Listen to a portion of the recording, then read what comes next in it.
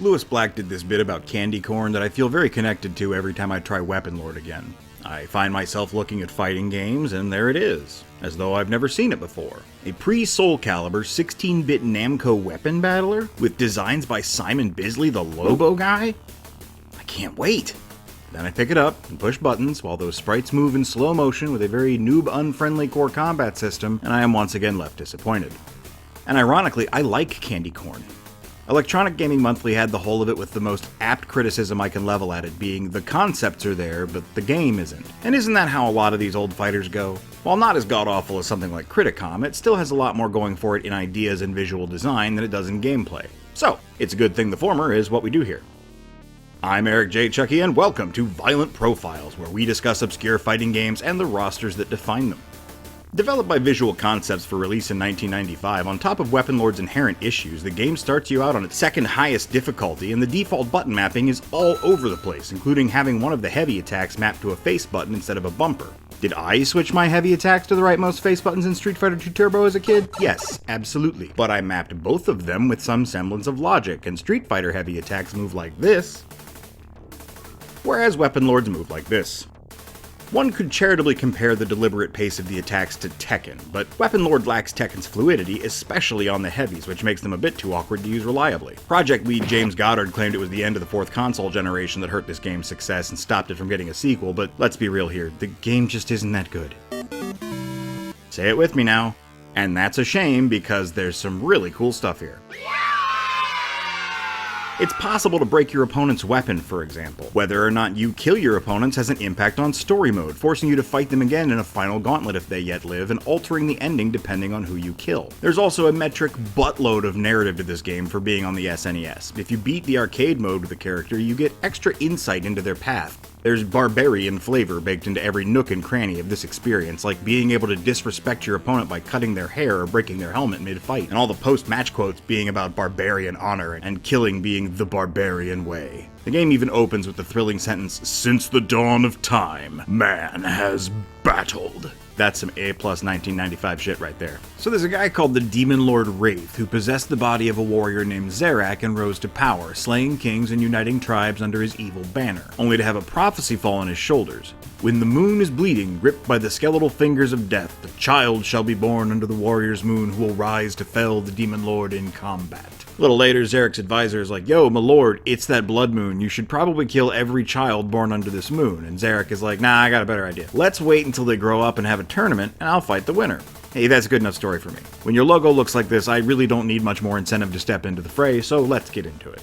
Going from left to right on the character select screen, Kor is the future leader of the Zarack clan, but his heart is disquieted, and he leaves to find himself. See, Kor is still haunted by visions of his brother King, who was taken in a raid 7 years ago. The two brothers had reached the age of 13 and were getting their facial tattoos that marked them as being able to take the lives of their enemies. Kor gets his, but King is just sitting down to get tatted up when marauders strike. He gets taken, Kor fights his way to find him, but all he can track down is a campsite full of dead marauders. Problem is, according to the rules of the Zarack clan, if King killed his captors without being marked by the tattoos, he's betrayed the ancient rites and is marked for death. Kor gets drawn north by word of the tournament and fights his way to the finals, and he's really feeling himself. And why shouldn't he be? Out of all of them, Kor's moveset seems the most inspired by Arnold Schwarzenegger's Conan with a huge twirling broadsword. His special moves integrate a lot of fire into those attacks, if you can be bothered to execute them.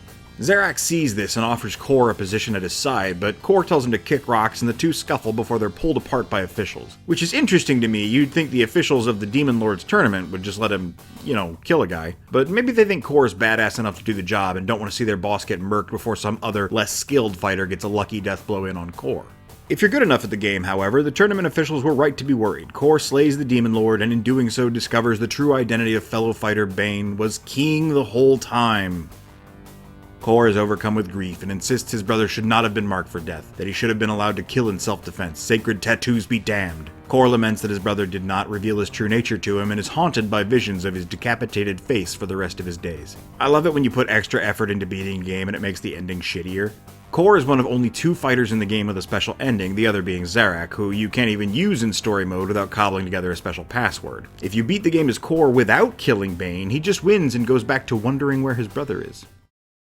Talazia's memories are a mystery prior to the moment she fell out of the sky 7 years ago. She was adopted by an animal spirit worshipping tribe and taught to walk and talk, despite by all appearances being a teenage girl who should by now know how to do those things. She was also taught to fight with the claw shield and talon blade, so when news of the Demon Lord's tournament reached her people, they knew it was time. Talazia was taken by the tribal elder to an ancient sacred mural of a falcon swooping down to kill an evil spider. Her role in the prophecy suddenly clear, Talazia says farewell to her adopted family and heads to face Zarack and the demon inhabiting him. When she emerges victorious, her memory floods back to her. 7 years ago, she was sent as a spy to investigate the Demon Lord, but in retreating from her mission, she was shot down by foul magic that changed her from her true form into a human. Her true form of a falcon, dun dun dun. I have no idea who the master who sent Talazia out to spy on Zarack/Wraith is, nor what the hell is going on in this panel where she reassumes her falcon form. I think it might be Zarack's dead body impaled by her talon blade, but I have no idea what this metal tongue is, nor why he is crushed beneath the weight of a giant baguette. Talazia flies back home to her master, swooping by the village to pay respects to the people that took her in, and considering that she may someday return to human form to once again walk among them. Of all the ploddingly slow fighters in this game, Bane is the ploddingest and slowest. I don't know why so often the huge dude with the huge weapon in a fighting game only hits his opponent with the dinky handle, or only attacks while pretending to have T-Rex arms. Maybe it's a balance thing. I'd prefer easy to dodge attacks with big arcs that do a lot of damage me. But here's Bane as a stunning example of exactly that, preferring to hit you with everything but the head of his hammer like he's 2000's Triple H. Which is a shame because he looks like this and his name is Bane. Mazel tov! Now, you and I already know that Bane is secretly Kor's brother King, which his arcade mode teaser hints at very nicely while telling the story of how he slaughtered the leader of a saber-toothed wolf pack and made his head into a cool hat. We also learned that when he was captured that fateful night, King was tormented by visions of the Demon Lord and made him a target of his fury since then. Seizing Zarack in a goozle, Bane holds him aloft and taunts him, then tears at his throat. He goes to Garth Marenghi's dark place. Blood? Blood. And drops to his knees, removing his wolf mask and singing an ancient battle hymn of his people. Kor recognizes the song and the beginnings of the sacred tattoo on his face and tries to approach his brother, but Bane puts his mask back on and says the king is dead, that he is a lost warrior without a soul, doomed to tread the cursed path, to walk for miles inside a pit of danger, swallowing down 1,000 years of anger with the weight of the world falling upon his shoulders, a place where no one follows him. He walks alone!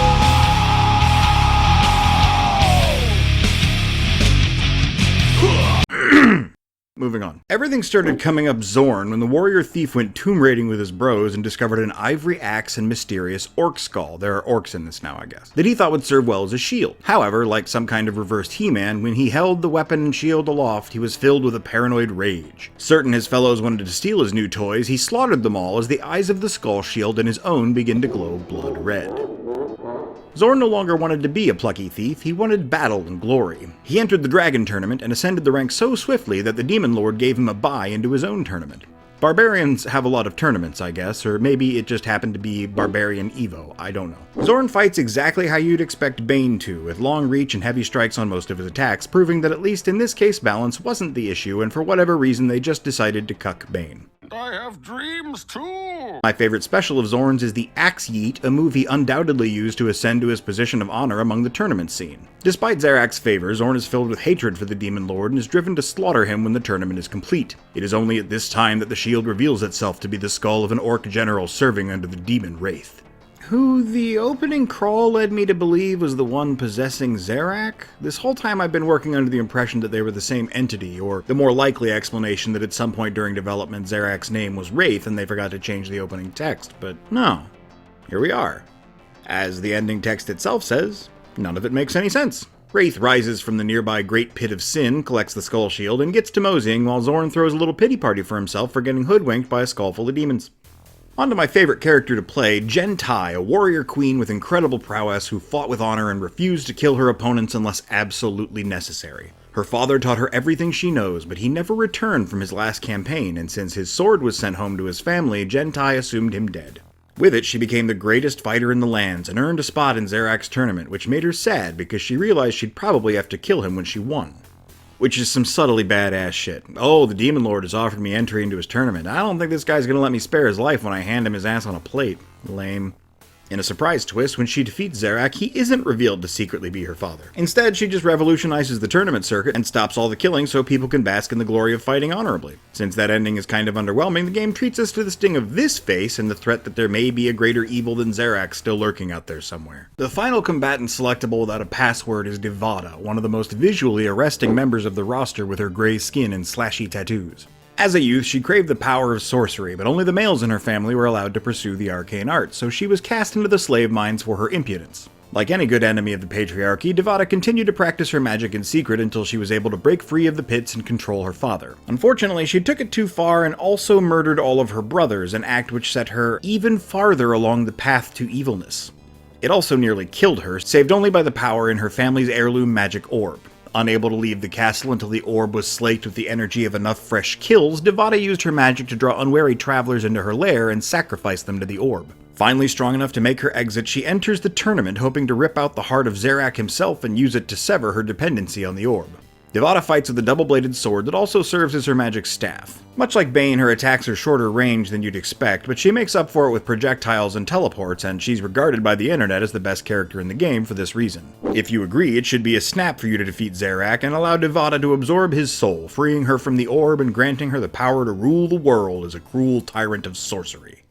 So let's talk Zarack.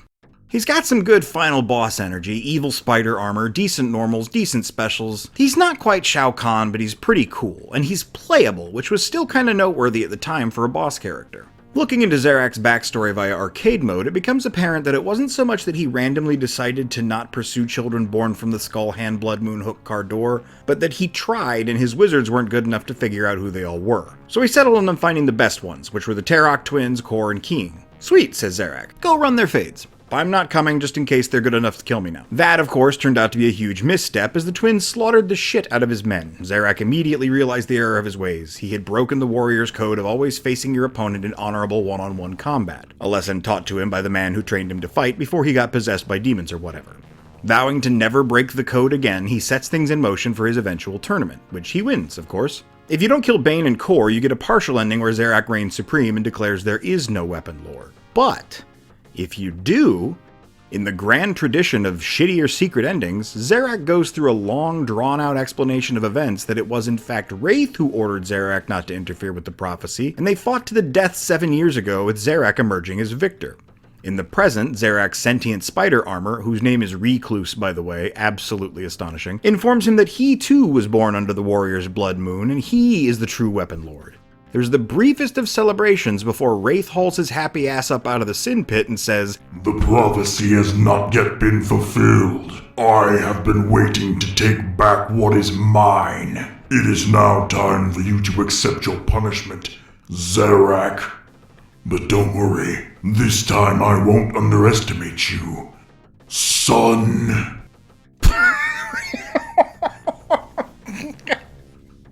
Oh, I'm sorry. I'm sorry. This is one of the dumbest things I've read in a fighting game in a long time, especially with all the effort gone into building up to the reveal. Assuming you don't just grab codes off the internet, you need to beat the story mode with every character in order to get the pieces of it, and in doing so, collect the relevant clues that you need to actually kill Kor and Bane in the process of Zarack's story mode.